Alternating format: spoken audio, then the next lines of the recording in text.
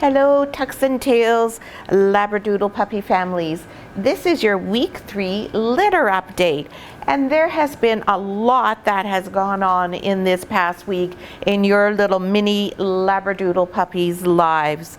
Hi, I'm Claire from Isle Labradoodles, and in today's video we're going to give you a lot of information about what has happened with the little mini Labradoodles this past week, what's going on with Mama Anise, and also we're going to start to talk about desensitization and socialization. So the first big news is you can see we have moved, and you can see we're sharing where we live with 2 mature puppies. Over there we have Willa and Birdie. Willa and Birdie are going to be going to England, so they're here with us until around the 3rd week of October. So they share the Doodle Den with Mama Anise, and also Mama Joya and her puppies are here. So we made a very strategic decision with this litter. Because Joya had been so protective of her puppies, we previously, as you know, had to separate the 2 litters. They just couldn't be in the same room together. Joya just lost her mind and was forever growling at Anise and instigating altercations, and things were just not comfortable. So that's the last thing you want with a Mama Labradoodle. You want your mama to be nice and calm and quiet and relaxed, because everything that she feels and experiences goes right through to her milk, which of course the babies are ingesting. And we want to produce nice, calm, relaxed puppies. We don't want them to be all aggravated and agitated. So we made a strategic decision that when it was time to move, we would move Anise and her babies in here first, let this be her territory, so to speak, and then bring Joya and her puppies in later. And our goal was to have peace and harmony. And yay, we had success. In fact, if anything, things have changed a bit, and now it is Anise who is a little bit protective and doesn't like Joya anywhere near her puppies. The room is designed such that they both do go back and forth by one another's puppies. However, they are completely separated still, and we've arranged things this time with barriers so that they cannot see one another. That's been a huge help. So everybody's getting along just great. Anise and her puppies settled into their new location without any hiccups at all. It was as if they'd been here all the time.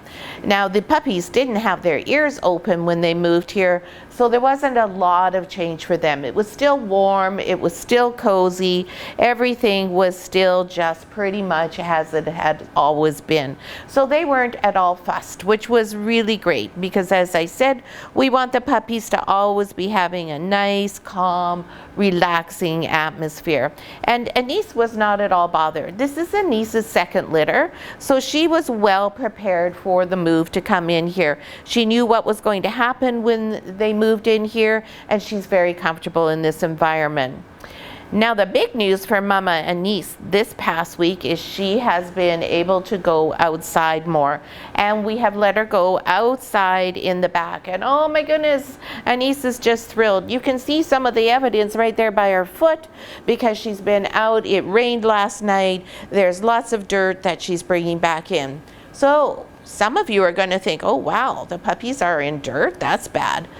You will find breeders who never let their puppies see outdoors, and they don't even let their mama dogs go outside because they're so worried about potential germs.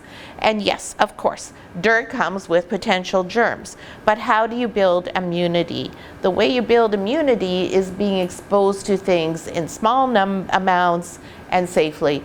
So this is not something we worry about at all. Even if the flooring was completely washed every time, we changed the pee pads if there was a speck of dirt there anytime Anise came in and out. Anise is still bringing things back on her feet and on her coat. The puppies are 3 weeks old now. They've had mom's strong antibodies this whole time. They've started to develop a little bit of an immune system, and this is when we want to start gradually exposing them to different things so that they just get stronger and healthier. So that's our approach. We like to do things naturally. We like things to occur naturally, and we like to give our puppies every opportunity to develop that strong, robust immunity. So Anise is thrilled. She loves being out here. She likes to have more space. It's more generously open as well. She can see what's going on more. She has more company. She mostly doesn't mind the older puppies being near her puppies. Sometimes when they're very close, like you'll see right now that Willa is lying right up against the X-Pen bars there with her coat coming through. And occasionally Anise will go over and give her a little growl and ask her to move away. Willa is now used to that and tends to just ignore her. But mostly it's really great because the puppies, of course, can see the older puppies as well as they can see all the adult dogs. Everybody eats in here. Anise and Joya now no longer eat in their room. They come out and they eat with all the other dogs. They're much more back integrated into regular routine and life. And as you can see, Anise is left now. She's quite happy to leave them alone. The only thing that Anise complains about is she really wishes that the puppies were always in the house, and particularly perhaps on our bed where she could be all the time. But she also is well aware that this is where they need to be. She would be absolutely agitated if they were in the house all the time. Now the puppies themselves, what's gone on with them this week? Well, they've made this big move. It's been a big transition. They've done really well.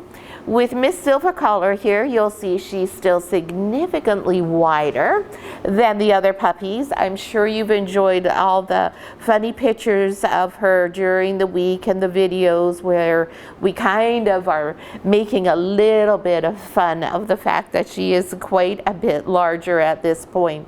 So what we've been doing with her is getting her up on her feet. Blue collar and black collar are walking around quite well. They're doing quite nicely with getting their balance. They'll probably show you some of that now. And silver collar is a little bit shakier on her feet, and that's just because she has more weight to carry. So it requires a lot more strength in these back legs to be able to hold yourself up steady than it does for the other puppies. So we take her and we just do this with her. We'll take her and we'll use a different surface on here. If there's a towel nearby there, Reynolds, I think there's one there if you can reach it. We'll just show you, we put a towel down for her because these pee pads can be a little bit slippery when you're trying to first get your balance and get your legs underneath you, if you will. So we take a towel and we just spread it out for her, and we give her lots of opportunity to have a nice textured surface that she can start to practice her standing up and walking on. And it doesn't hurt the other puppies either too. They're perfectly fine with being on a different surface as well. So we'll see if during the video she decides to get up and demonstrate for you just exactly how it is that she can move around. At 3 weeks, they're still not really steady on their feet. Normally, we would just be thinking about moving them, and we wouldn't really be expecting them to be moving around too much. Now, I have to tell you a funny story. Anise is not in here with us, so she's out walking around. She's gone through the Doodle Den and she's jumped off the doggy Chesterfield and she's in the laundry basket. It's the doggy laundry basket. It's full of dirty laundry and she's having a rip-roaring time and they're rolling around in it and just having a moment. So it's pretty funny, but this is sometimes behavior that you see from mama dogs. They just want to get out and get a little scratch and do some funny things. So she's just acting a little bit funny right now. So, but it gives us lots of times with the puppies. Now the puppies' ears are just starting to open. When we look at them individually, we will just take a look and see if their ears are open or not. So when their ears start to open, this is when we really start with the desensitization. At the moment, they haven't had anything change enough that they really are experiencing anything terribly new, other than they're seeing all sorts of things. They're seeing the puppies, they're seeing the other adult dogs, and they're watching everybody going back and forth. Now this weekend we had some construction going on. We're putting a fountainscape in our courtyard. So we had a construction crew here. We also had all of our grandchildren here that live on the island come and stay with us. They were here for dinner, so of course they all came in to take a peek at the puppies. So they've seen lots of different sizes and shapes of different people. So that's all terrific exposure for them. Now the main thing that you want to do with successful desensitization is slow and easy. You want to be sure that the puppies are always comfortable, that they're responding well. I'm just going to go get Blue Collar, who's just about coming, oops, out of where he's supposed to be, because we don't have the gate up right now so we can video. But you want everything to be just so the puppies are comfortable. If anything happens and the puppies are uncomfortable, whatever that is stopped right away and we back it off. So we will start exposing them to sounds. Most of those are just going to occur naturally for the first bit. We're not going to go overboard and start playing a playlist of thunder and lightning, for example, or firecrackers or things like that. We have the doors open so they're exposed to all of the house sounds. The washer and dryer are right next to them, so those are really great initial sounds. The vacuum in here, the mop when we're wringing it out with the foot pedal, and of course we have music on for them regularly as well. They also are watching football, and they will be watching hockey soon, I think, as well. But for now they're watching lots of football, and the baseball game is on almost every day. So even if they can't hear that yet, as soon as they can hear, and when they start to hear, they'll be used to those noises. We also have a dehumidifier and an air purifier in here. Both of those pieces of equipment make a continual machine type sound. So they got used to hearing that as well, or they will get used to hearing that as well. So that's what everybody's been up to. Now this desensitization is the first part of socialization. So socialization is key. It is, besides nutrition, the most important thing that you can do with respect to having a successful puppy and a good relationship with your puppy. Nutrition, of course, is key for their physical health, but for their mental health, and to have a puppy who's calm, who's biddable, who is a really nice dog to have around, you need to socialize them properly.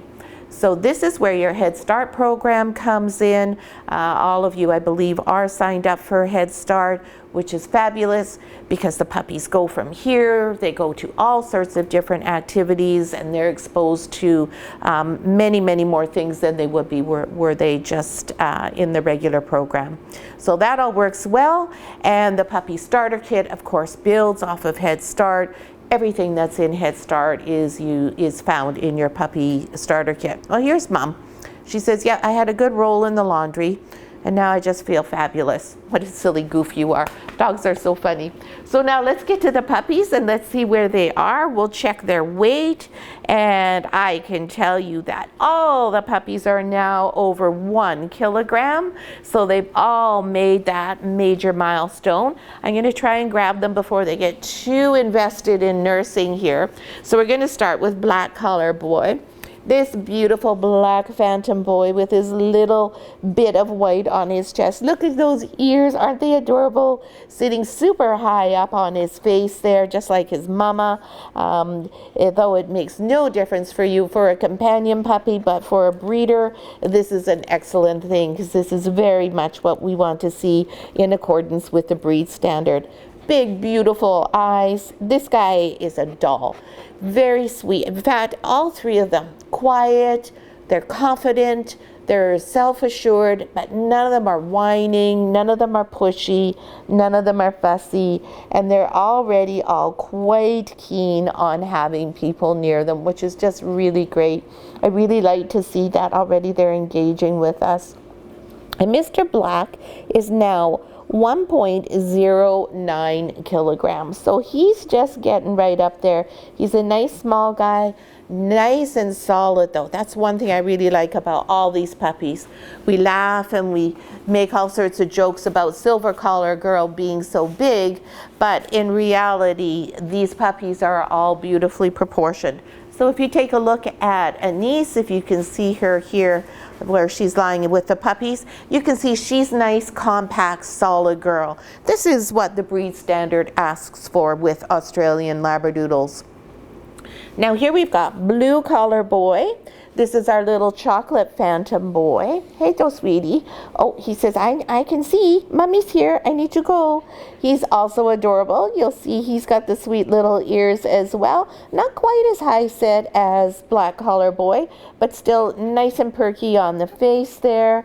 This little guy, he is starting to talk, and he will tell you when he is not pleased. So he's telling me that he's not pleased, he's missing out there. I'm just gonna grab Silver before she gets attached. And little Blue Collar, he is 1.18 kilograms. So we haven't changed our order. Black is the smallest, the middle dog is the middle, and the last one, our little pretty girl here, our beautiful Silver Collar Girl, who is a tri, which means she is actually a phantom, just like her brothers are. You just can't see those markings because she's also a full party. And look at how much her little nose is filled in. And she has those big, gorgeous black eyes. Nothing sets off a dog better, I think, than that pretty white face, the black eyes, and then the black nose. And her little right ear here, it's got just that little bit of white at the bottom, just a little sweet little touch. Now, Miss Chunky Monkey here, she is 1.34 kilograms.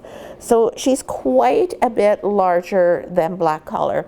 Now, I've said before, and I'll say again, just because Black is the smallest now and Silver is the biggest now does not mean necessarily that that's how things are going to finish out. It is always quite possible that the largest as a puppy ends up being the smallest as an adult, and vice versa. So we'll never know positively. We'll wait till they're a little older.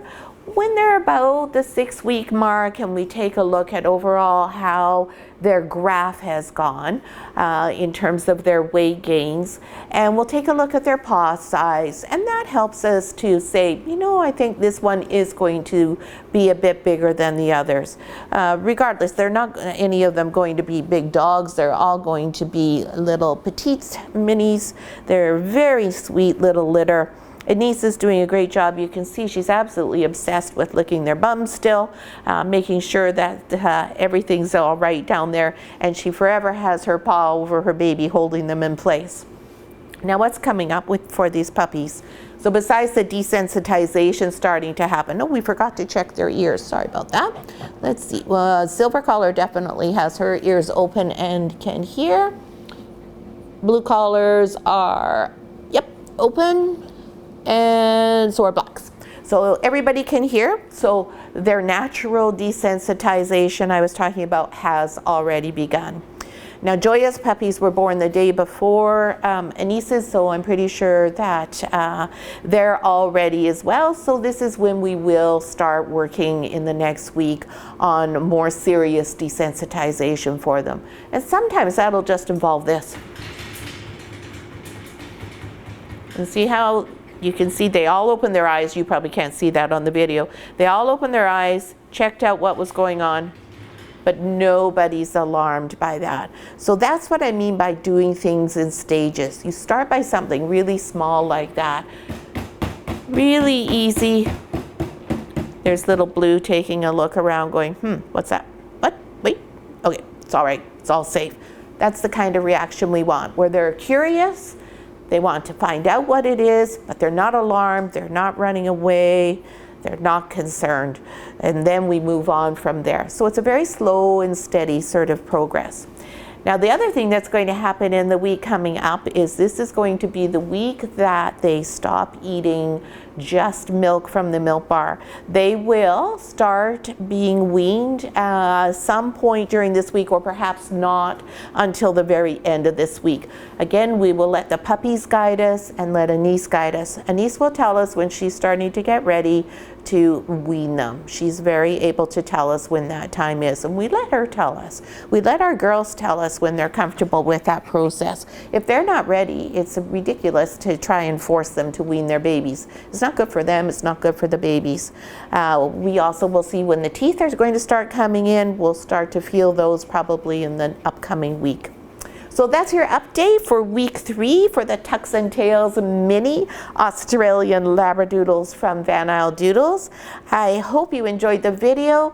And again, if you have a moment and can comment on the video, we really appreciate when you do that. A thumbs up is also great. And we do hope you're subscribed to our channel and enjoy watching all of our videos, not just for the litter that you're getting a puppy from. And we'll see you again for your week 4 update. And thanks so much for watching. That's a good girl. Yeah.